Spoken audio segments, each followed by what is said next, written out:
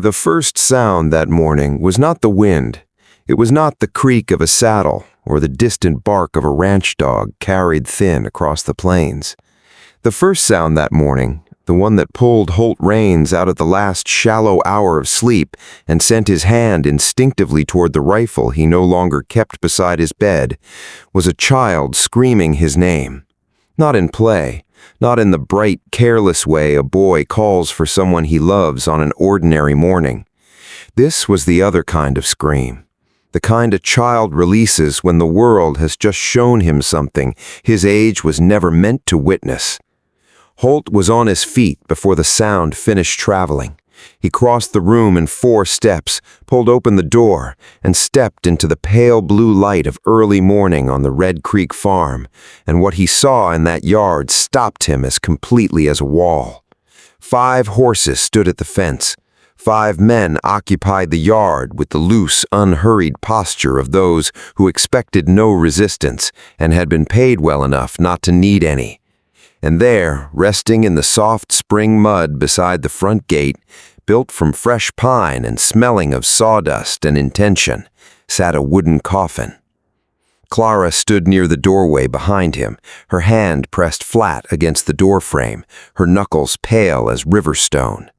She was not crying.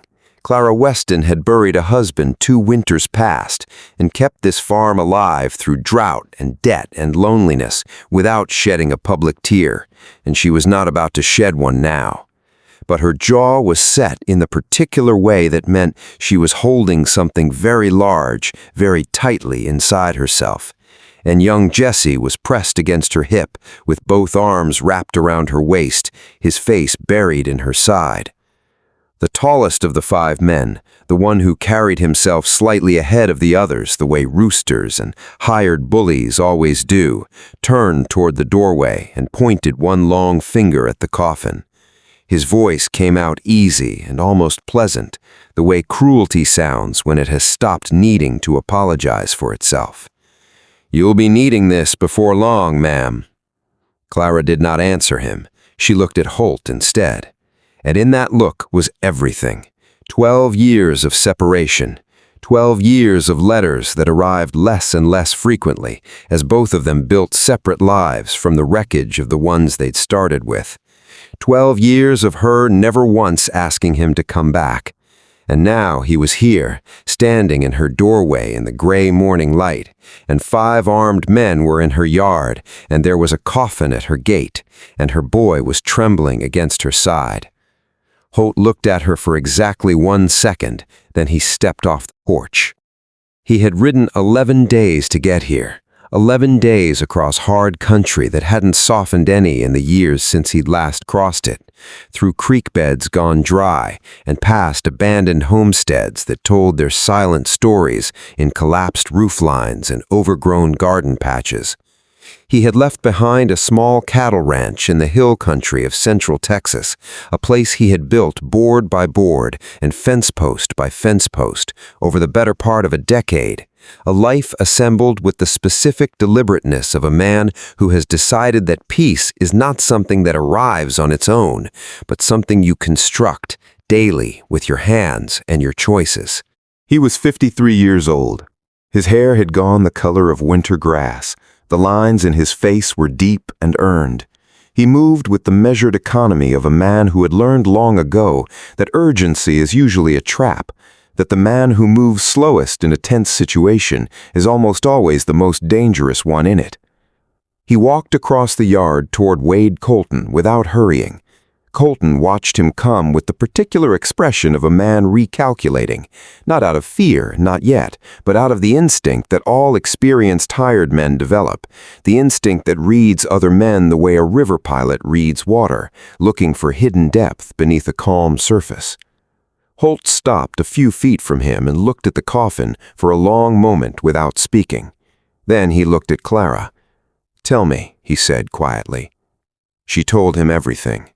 The loan, taken out 18 months ago to replace a collapsed barn roof and buy seed for the spring planting, had been sold by the original lender to Edmund Blackwell, a land broker out of Millhaven, who had spent the better part of 5 years quietly acquiring failed and failing properties across 3 counties. The terms had been rewritten in language Clara couldn't afford a lawyer to challenge. The interest had compounded in ways the original agreement had never specified, and now, by Blackwell's accounting, the debt had consumed the value of the land itself, and the land was forfeit. Colton listened to her explain this with the mild patience of a man who has heard this particular story many times and found it neither interesting nor troubling.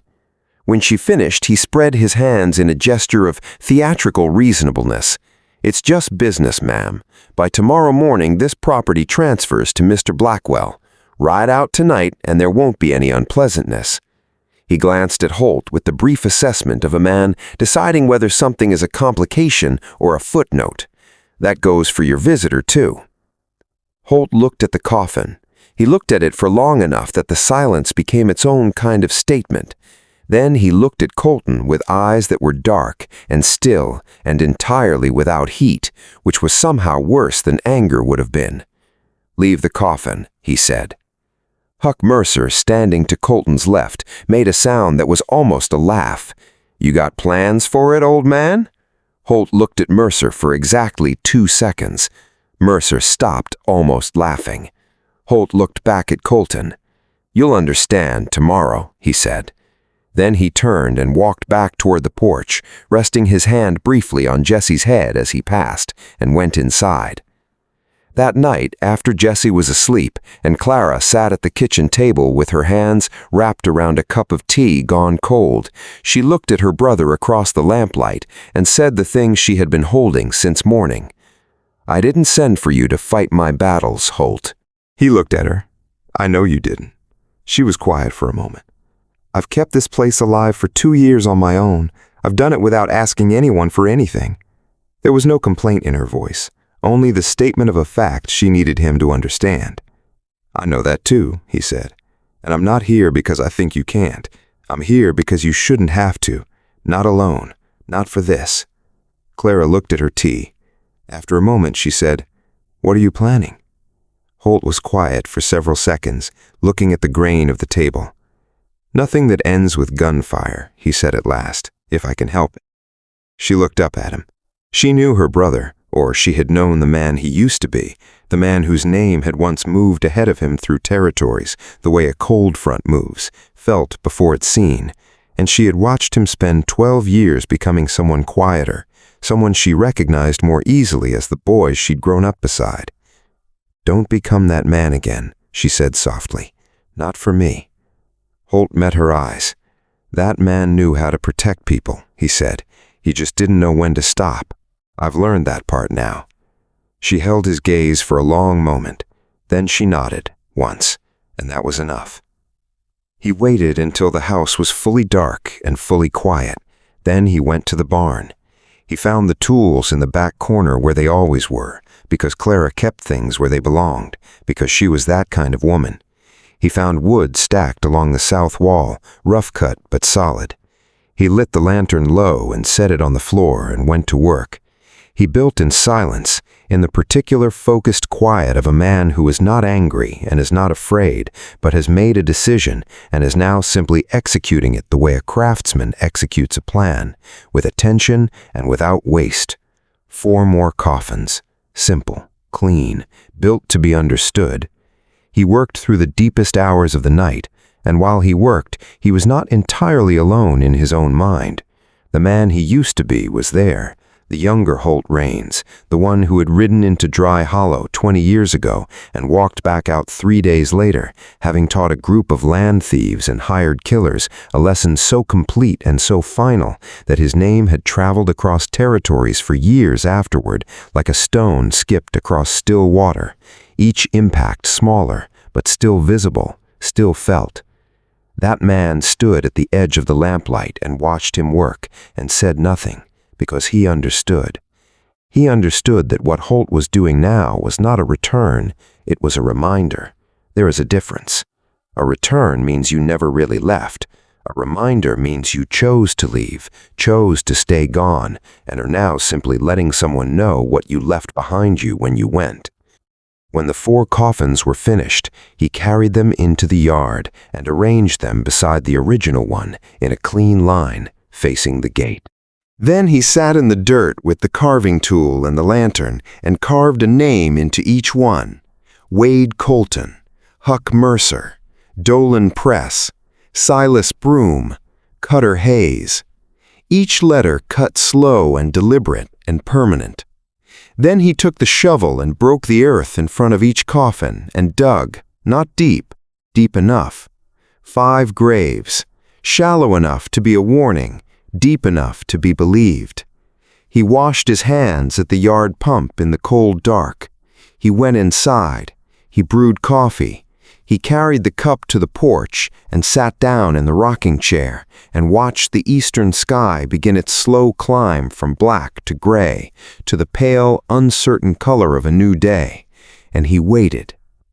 They came at 7:30, riding easy, talking among themselves, 5 men who had done this kind of work enough times to have stopped thinking of it as anything other than a job with predictable outcomes. They came through the gate, and then they stopped. Every one of them stopped at the same moment, the way men stop when the mind encounters something it needs an extra breath to process. 5 coffins in a line, 5 graves freshly turned, 5 names carved into pine in the clean gray light of morning. Colton moved his horse forward slowly until he could read the name on the first coffin, his own name, carved neat and deep and unhurried, the way you carve something you intend to last. He sat very still on his horse for a moment. Then he looked up at the porch. Holt sat in the rocking chair with the coffee cup resting on his knee, watching them with the calm and complete attention of a man who is already finished being surprised by anything the world might do. There was no rifle across his lap, no weapon visible anywhere on him. Just a man in a rocking chair on a spring morning, drinking coffee, in no hurry at all, which was the most frightening thing any of those 5 men had encountered in a long career of frightening people. Because a frightened man reaches for iron, and an angry man raises his voice, but a calm man with 5 coffins already built and 5 graves already waiting is a man who has moved past all of that into something quieter and more certain. And there is no good answer to that kind of stillness. "Who are you?" Colton asked. His voice had lost the easy authority of the morning before. Not gone, just changed, the way a fire changes when the wind shifts against it. Holt set his cup on the porch rail. "Ride back to Millhaven," he said. "Find Edmund Blackwell. Ask him about a place called Dry Hollow. Ask him what happened there, and ask him who was responsible for it. Then ask him whether he wants to continue his business with the Weston farm." He picked up his coffee again. "Tell him Holt Raines sends his regards." The yard was quiet. The morning wind moved through it without taking sides. One of the horses shifted. One of the men in the back, Silas Broom, looked at the coffin bearing his name and then looked away quickly and did not look back. Colton held Holt's gaze for a long time, searching it with the practiced eye of a man who has bluffed and been bluffed and knows the difference. He found nothing to work with. Holt looked back at him from behind eyes that had already been to every dark place a man can go and had come back from all of them and had chosen, deliberately and daily, to sit on a porch in the morning light and drink coffee instead. There was nothing to negotiate with in that look, nothing to threaten, nothing to buy. Colton pulled his horse around. The others followed without a word spoken among them. They rode back through the gate and down the road toward Millhaven, and the spring dust rose behind them and settled, and the yard was quiet again. Clara appeared in the doorway. She stood looking at the road where the riders had gone, and at the 5 coffins in her yard, and at her brother in the rocking chair. Jesse came and stood beside her, and looked at all of it with the serious, careful eyes of a boy filing everything away for later. "Are they coming back?" Clara asked. Holt considered this honestly. Blackwell might think about it, he said, but he'll think a long time, and those 5 won't. Clara was quiet. Then she said, "What happened at Dry Hollow?" Holt looked out at the plains for a moment. "Nothing good," he said, "but nothing that wasn't necessary." She didn't ask anything more. She came and stood beside the rocking chair and put her hand on his shoulder, and he reached up and covered it with his, and they stayed like that for a moment, brother and sister, on a spring morning in 1856, with the plains stretching wide and open around them, and the worst of it, for now, behind them. In Millhaven that afternoon, Edmund Blackwell sat behind his desk and listened to Wade Colton's report without moving. When Colton said the name Dry Hollow, something happened in Blackwell's face, a small, quiet shift, barely visible, the kind that happens when a man hears something from his past he had spent considerable effort forgetting. He sat for a long time after Colton left the room. The paperwork for the Weston farm sat at the corner of his desk. He did not reach for it. He did not reach for it that day, or the next, or the one after that. Holt stayed 4 more days. He fixed the fence along the north pasture. He replaced the rotted boards on the porch. He taught Jesse how to read the weather by the way horses stand in a field before a storm, the way his own father had taught him on a morning so long ago it existed now only as a feeling rather than a memory. On the morning he left, Jesse stood beside his horse and looked up at him with the gravity of a child who had decided something. "Will you come back?" he asked. Holt looked at the boy for a moment. "Yes," he said, and he meant it in the way a man means something when he has stopped making promises carelessly. He looked at Clara on the porch. She raised her hand. He touched the brim of his hat. Then he turned his horse north and rode, and the plains opened up around him, wide and unhurried and indifferent and beautiful, and the morning wind came at him from the west, smelling of grass and distance, and Holt Raines rode into it, carrying something he had not felt in a long time. Not the weight of the man he used to be, not the pride of the man he had become, something simpler and older than either. The quiet, solid knowledge that when the people he loved needed him, he had shown up. He had stood between them and the thing that threatened them, and he had done it without losing himself in the doing. The plains stretched out ahead of him without end, and the sky was enormous and pale and full of morning, and he rode on. If this story settled somewhere deep in your chest and stayed there, you are exactly where you belong. Subscribe to Desert Heart, where every story is built for those who still believe in quiet courage, unbreakable loyalty, and the kind of love that rides 11 days without being asked.